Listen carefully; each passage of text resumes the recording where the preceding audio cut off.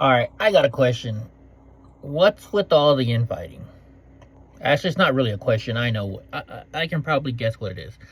So the other day, there's this guy called the General who used to hold shitload of spaces, you know, about all this stuff that's going on, with the J6ers, right? And then you have all the people at the January 6th corner that were always doing stuff for January 6th. And I mean, there's patriots all across the country that were doing stuff for the J6 people.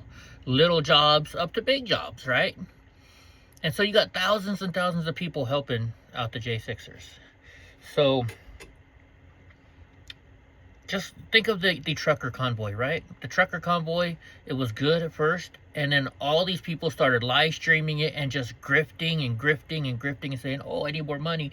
I need more money. And honestly, I was asked to go and be part of this by a couple people, and I couldn't at the time. I was going to. And I'll be honest with you, I am so glad I didn't, because look at the shit show that turned into. Well, now you have this January 6th stuff. And, everybody's out of jail. And people are infighting with each other now, saying, oh, you stole my idea. No, you stole my idea. Oh, this person's a grifter. No, this person's a grifter. You know what? Let's be real. A lot of people are out there, and they're making a lot of money off this stuff, right? Some deservedly, some not so much deservedly, right? And you know me, you know why everybody hates me? You know why nobody watches me? Because I call out the real, what I see, and I say what I feel, and I don't care what other people say about me. Like there was a streamer, I called him out all the time for grifting on the truckers convoy. He was a good friend of mine for a long time. We were really good friends. I used to go hang out with him. We played poker together at his house. He would come to my house and play poker, right? And I knew he was a jerk back then, but he was still my friend. And now, I called him out when I realized that he was grifting. Friend or not, I call out the grift. And now looking at this stuff, I'm going to tell you reasons why I think some people are mad. And even so, I can understand it. Like, let's get with the easiest part here. Let's say you donated $1 to Enrique Tarrio, or $1 to Zach Carrillo, or $1 to any J6er, right? And then they get out of jail, and they're pardoned. So then they start going through their list of everybody they're thanking. Well, your name doesn't come up, right? You're gonna get, some people could get butthurt over that. Some people not. Hey, I'm not gonna lie. I risked my life. I went and testified for these people. I was I still get death threats all the time. I have people that won't talk to me because I went and stuck up for Enrique. I have people that do talk to me because I won't. It's both sides, right? So when Enrique got out, and like I was talking to his mom all the time. I love his mom. She's a great person. Enrique is a cool dude with me too, right? I was hurt the first day he came out and never mentioned my name. But then a couple days later, he said, hey, where's my favorite scooter and service dog? Or dog with the service, or service dog with the scooter. And that was me. He was calling me out saying, hey, thank you. But I still, I got a little butthurt saying, hey, you know what? How come he never mentioned thank you to me on streams and stuff? He did. So he did. Let's be real. He did. When he was still in jail on his spaces, he mentioned me for going to testify for him. But so I can understand why some people are getting mad. But after a while, my brain was like, you know what, dude? Thousands of people helped him. People donated tens of thousands of dollars. People spent hundreds of thousands of hours helping him. All I did was go testify for him in court, right? So then I was like, you know what, maybe, he can't remember every single person that helped. So I got it, He texts me more nowadays than we text before, And so I understand what's going on with that. And like I said, I got hurt for a minute saying, wow, how come Enrique didn't mention me? But it doesn't matter, right? I did what I did to help him. And he knows it.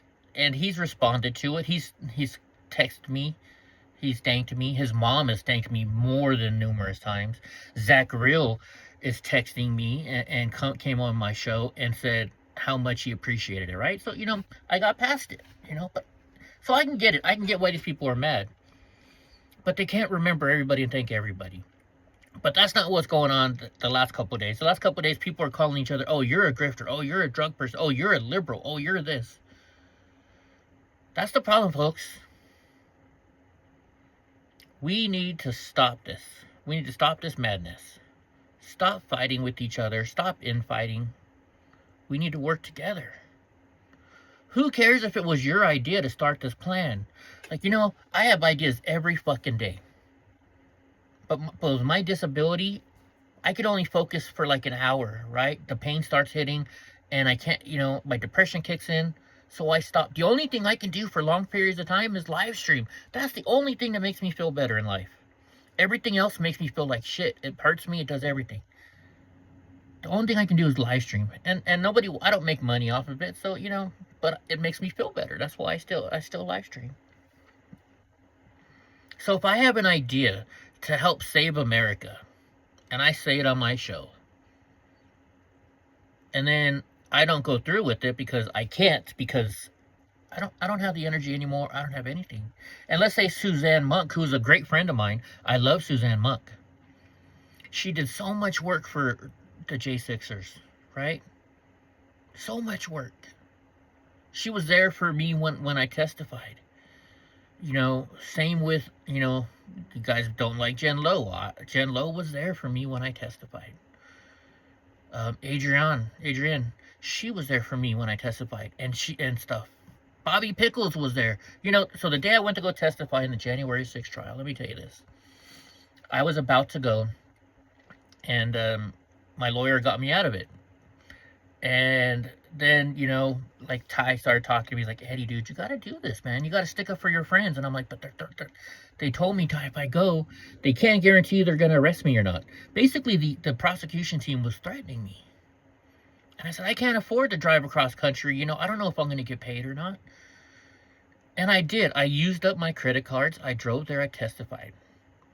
So the day before, I got there on Monday, and I'm scared shitless. Think about this. I'm in federal court where my friends are getting, they wanted to give them 20, 40, 50 years, right? And it could be me in there with them.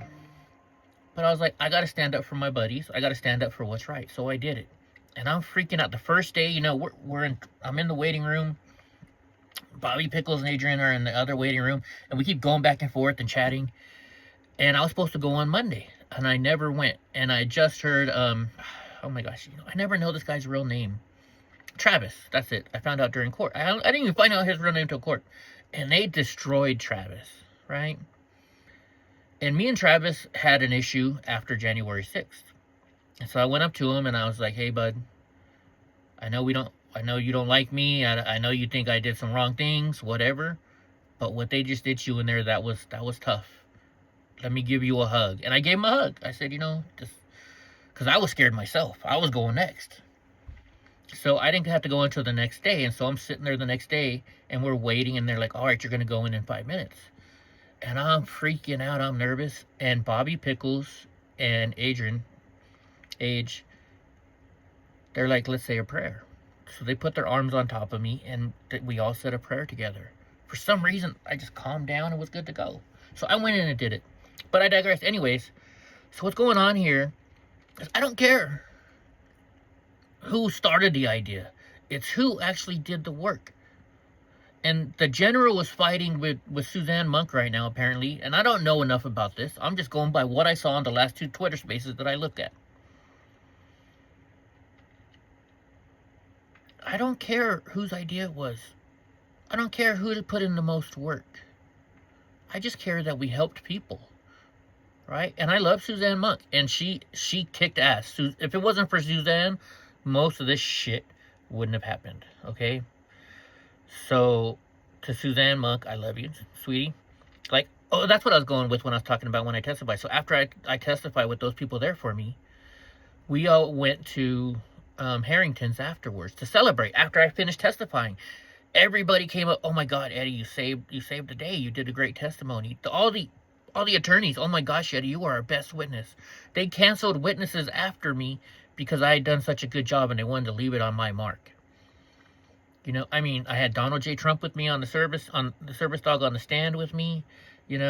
Every time the jurors walked in, so the defense messed up. They didn't want me to, they didn't want the jury to see me walking because they thought that they'd feel bad for me because my walk is really bad. I'm so disabled. If you ever see me walk, it's bad. So they put me on the stand. But the stand, when they walk in, is right where they walk in. And so Donnie, the great Donald J. Trump, the service dog, was laying down next to me because the stand is not that big. So he laid off on the floor next to me. Every juror had to walk past him. Every single juror petted him at least once. So that helped helped a little bit, even though they still ruled against us. But anyways, I digress. Afterwards, Jen Lowe, the minute I went in there, or we got to Harrington, she's like, Eddie, I know you always like me to hug you because you stick your face in my boobs, so come get one. So she motorboated me, thanking me. Suzanne Muck gave me a big old hug. Age gave me a big old hug, and we just had the best time that night. They were there to support me, even though I was fucking scared out of my mind. And Taiho, too. And, of course, Donnie. Donnie was my biggest saver there. But anyways, let's get back to this.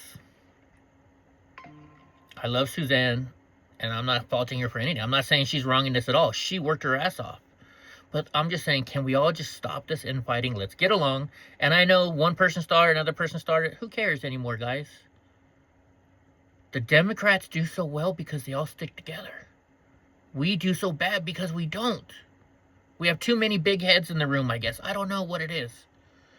But everybody that helped the January 6th defend it, whether it was $1, whether it was a penny, whether it was they sent an email, thank you all. I'm not a J6er. The FBI raided my house. They stole, a rough estimate was $20,000 worth of computers. They destroyed me. When they raided my house, everybody thought I was a fed, I was a rat. And ask Enrique, ask Zach Real, they'll tell you I'm not a fucking rat. I didn't. They destroyed my life because I didn't rat. I still haven't gotten anything back from the FBI. I got like 3 or 4 cameras back, and the only reason they gave me the cameras back was because they needed me to sign a piece of paper. They're like, hey, yeah, we'll bring you some cameras back, but can you sign this piece of paper? That's the only way I got some cameras back. They have all of my shit. My mom died of cancer. Every photo that's digital that I have of my mom is on my hard drives that they have. Every video I have of my childhood, of family members, of loved ones, are all on that hard drive. And the FBI still isn't giving me anything back. I got lawyers, but my lawyers aren't even getting it back. Then the judge promised me $7,000, which is what it cost me because I had to drive to D.C. to testify. And I filled out the paperwork, and they gave me a 0. Like, I put that on Critic. I put $7,000 worth of diesel, hotel rooms, food for me, food for Taiho because he came to assist me. He was my assistant. Food for Donnie, which doesn't matter. I had to pay for that stuff anyways, right? But when you're in a hotel, it's a lot more expensive. Nothing back. And if I don't get it back, oh well. I'm not bitching. I would love to get it back, right? It would help me so much right now. But anyways, I digress. Let's all stop the infighting, please. I know y'all want to say, oh, Eddie's a fucking fed. I'm not.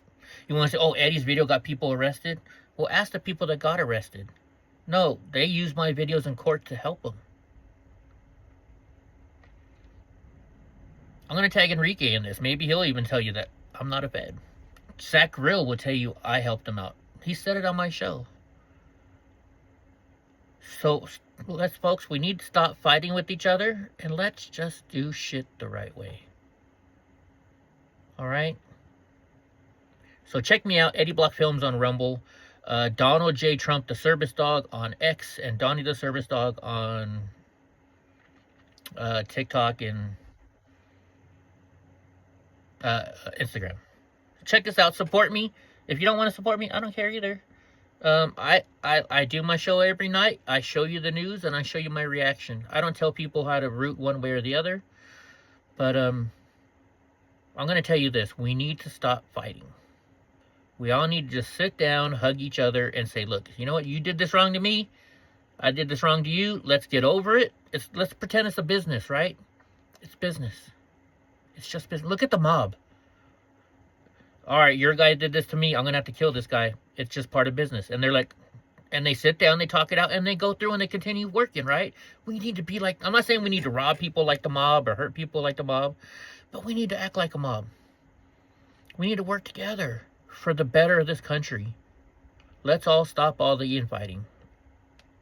So, thank you all for listening to me rant. And God bless y'all. Amen.